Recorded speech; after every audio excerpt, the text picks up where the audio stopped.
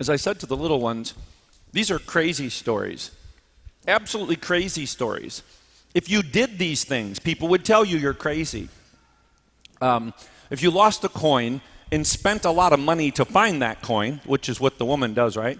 And of course, how many of you, if you did this, men, if you lost a sheep, you'd leave 99 and go find the one. And the real answer to that question is nobody would. You cut your losses, right? You have to make a triage decision. Do I really leave 99 sheep in the desert to go find one? That just doesn't make any sense. And let's assume you were dumb enough to do it. You sure as heaven wouldn't tell anyone that you did. What are you, an idiot? And women, how about this? You lose this coin. Light a lamp. Waste the oil to find that one coin. And when you do, wake up all your neighbors to tell them about your stupid decision to probably spend 2 to 3 coins worth of oil to find this coin.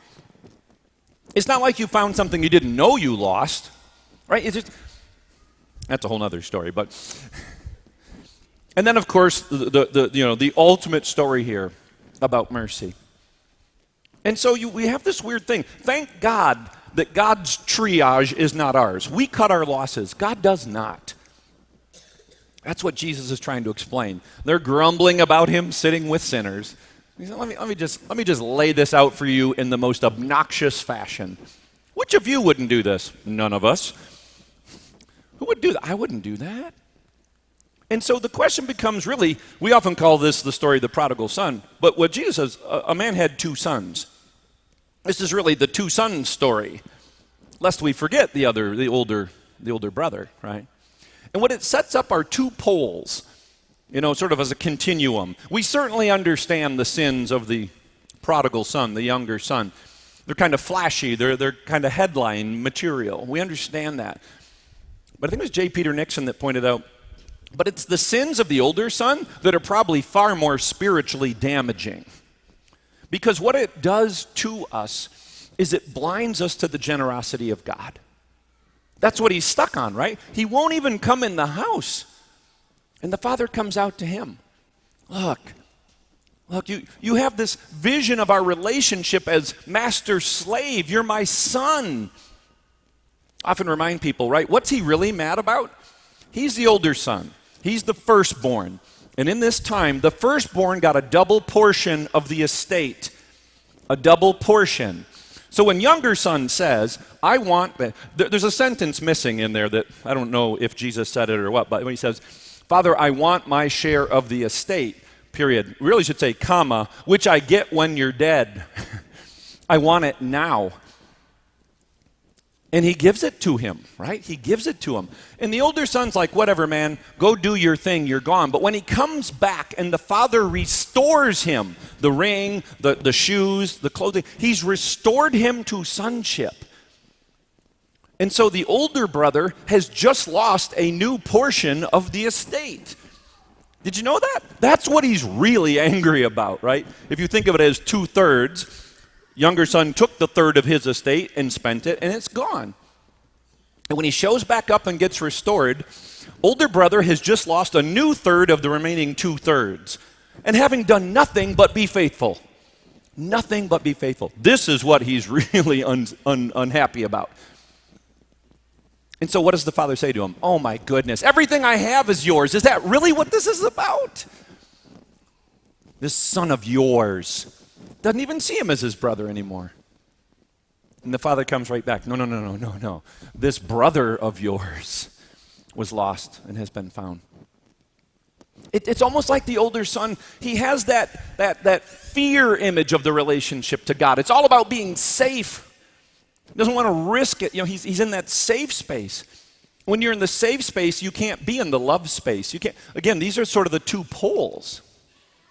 I say this to young people all the time. People say, well, I'm going to not sin. I go, well, not sinning isn't holiness. It just isn't. It's just the absence of sin. And I often give that example. If you're in class, students know, right? You can't talk when teacher's talking, right? That's a rule in school. You can't. But if I'm sitting next to you at your desk and I'm chewing gum, which is you're not supposed to chew gum, and all of a sudden I kind of start to choke on the gum, and I'm like, and you say, well, I can't. Teacher's talking right now, and I can't talk while teacher's talking. Hopefully she stops talking so that I can tell her that you're choking, right? But I'm not going to break the rule. I'm going to play it safe. There's a huge difference between the reckless love and mercy of God and being concerned about our safety and that cautiousness. If we're driven by fear, if we're driven by, well, what happens if I do X, Y, or Z, versus what happens if I do it, right? Is there an awe and wonder to how we reconnect with people, how we remember them? That's what Moses, like, you got to believe God as the Father is just playing with Moses a little bit here, right? Like, remember Abraham, Isaac, and Jacob. Remember them, God. Please don't do this. Yeah, I won't. It's not God that needed to remember them. It was Moses that needed to remember them. It's the older brother that needed to remember his brother. He had lost focus on what's really important. All the things that we have in our lives, all the possessions and things, they're not bad. Sometimes people rail against the possessions. It's not the possessions that are the problem. It's about how we prioritize them. And so in this story, it's saying, man, I've got to have full first priority to God. That's what the older brother's missing. And so that's our own struggle in our lives. So when we think about the ways that we remember people and what that means to them, it's how we reconnect people. And that we never give up. We just never give up on people. We keep giving them that opportunity. That is hard. That is difficult. But that's the bar. That's what Jesus set up. He heard them grumbling. Oh, look at them. Meeting with the losers. Eating with sinners. And Jesus is like, oh yeah, nope, that's actually the way. You're going to be really frustrated when you come to understand the way. Because I'm not picking winners and losers the way you do. I don't. I'm going to go do the stupid thing and go find the lost one. And that story isn't very comforting until we are that lost one. Until someone remembers us.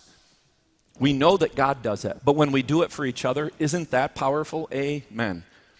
Just this week, looking at the floods that were going on in Pakistan, it just struck me that there's a graphic designer that I've used for several projects out of Pakistan, and she got married last year.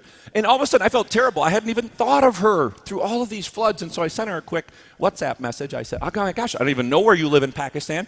Are you affected by this? I'm so sorry for not checking on you sooner. I hadn't remembered her. And she responded pretty quickly to say, yeah, she sent me a video of her street, which is 2 feet deep in water. We just spent some time praying together. I said, I'm sorry. It's so terrible. And she said, I just am so grateful that you reached out. It's simple. I can't fix that problem. That is a massive, massive issue, right? But what I could do was remind her that she is loved. Remind her that even on the other side of the globe, that people are thinking about her and praying for her and maybe offering some assistance if it can be done. And we do that for each other. We do. But we don't do it because it adds up to good things in our list when we go to the judgment day. We do it because that's how we connect. That's how we live and love together. That's what's given to us in this Eucharist. None of us deserve it. We're just going to receive his presence here in a few minutes that will heal us and make us whole in a way that when we go about our week, we bring his presence to others. A reckless, loving presence, a recklessly merciful presence to others. I've said this so many times. Wouldn't it be amazing that when people said Christian, that their first thought was, oh, those people are crazy in how they forgive.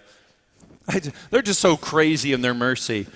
Right? But that isn't, I don't think, what most people have as our defining characteristic. Oh, they can't even believe what they do. They're just so crazy about forgiveness and mercy. That's what Jesus was setting these guys up for. To say, understand God's mercy.